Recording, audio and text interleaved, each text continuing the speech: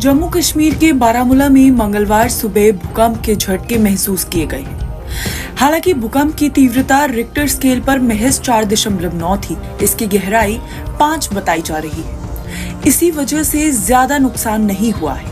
वहीं अचानक तेज भूकंप के झटकों से लोगों में हड़कंप मच गया है। लोग जान बचाने के लिए घरों से बाहर दौड़ पड़े हैं। सुबह सुबह आए इस भूकंप के कारण लोगों में दहशत का माहौल है। आपको बता दें कि धरती के अंदर कई तरह के प्लेट्स मौजूद हैं। पृथ्वी के अंदर 7 प्लेट्स होते हैं।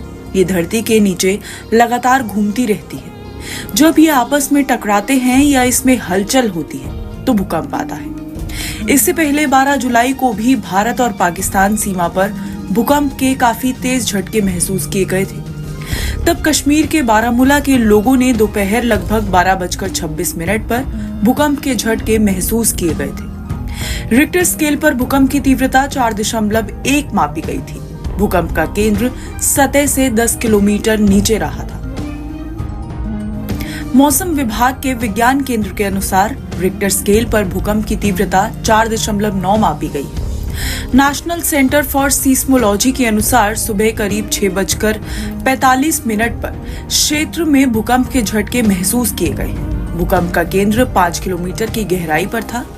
आपको बता दें कि इसी साल फरवरी के महीने में कारगिल और लद्दाख के भूकंप के झटके महसूस किए गए थे। रिक्टर पैमाने पर भूकंप की तीव्रता 5.2 मापी गई थी। भूकंप के कारण जान माल का कोई नुकसान नहीं हुआ था। राष्ट्रीय भूकंप विज्ञान केंद्र ने जानकारी दी थी कि रात 9:35 पर भूकंप आया था। इससे पहले दिसंबर में भी भूकंप आया था। अब एक बारी जान लेते हैं कि भूकंप आखिर कैसे आता है। धरती की ऊपरी सतह 7 टेक्टोनिक प्लेट से मिलकर बनी हुई है। जब भी ये प्लेट्स एक दूसरे से टकराती हैं, तो वहां भूकंप का खतरा पैदा हो जाता है। भूकंप तब आता है जब इन प्लेट्स एक दूसरे से क्षेत्र में घुसने की कोशिश करती हैं और एक दूसरे से रगड़ खा जाती है। फ्रिक्शन के कारण धरती डोलने लगती है। कई बार धरती फट भी जाती है।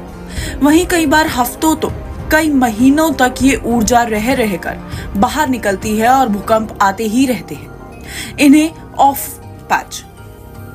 इन्हें आफ्टर शॉक भी कहते हैं। रिक्टर स्केल असर 0 से 1.9 सिर्फ सीस्मोग्राफ से ही पता चलता है।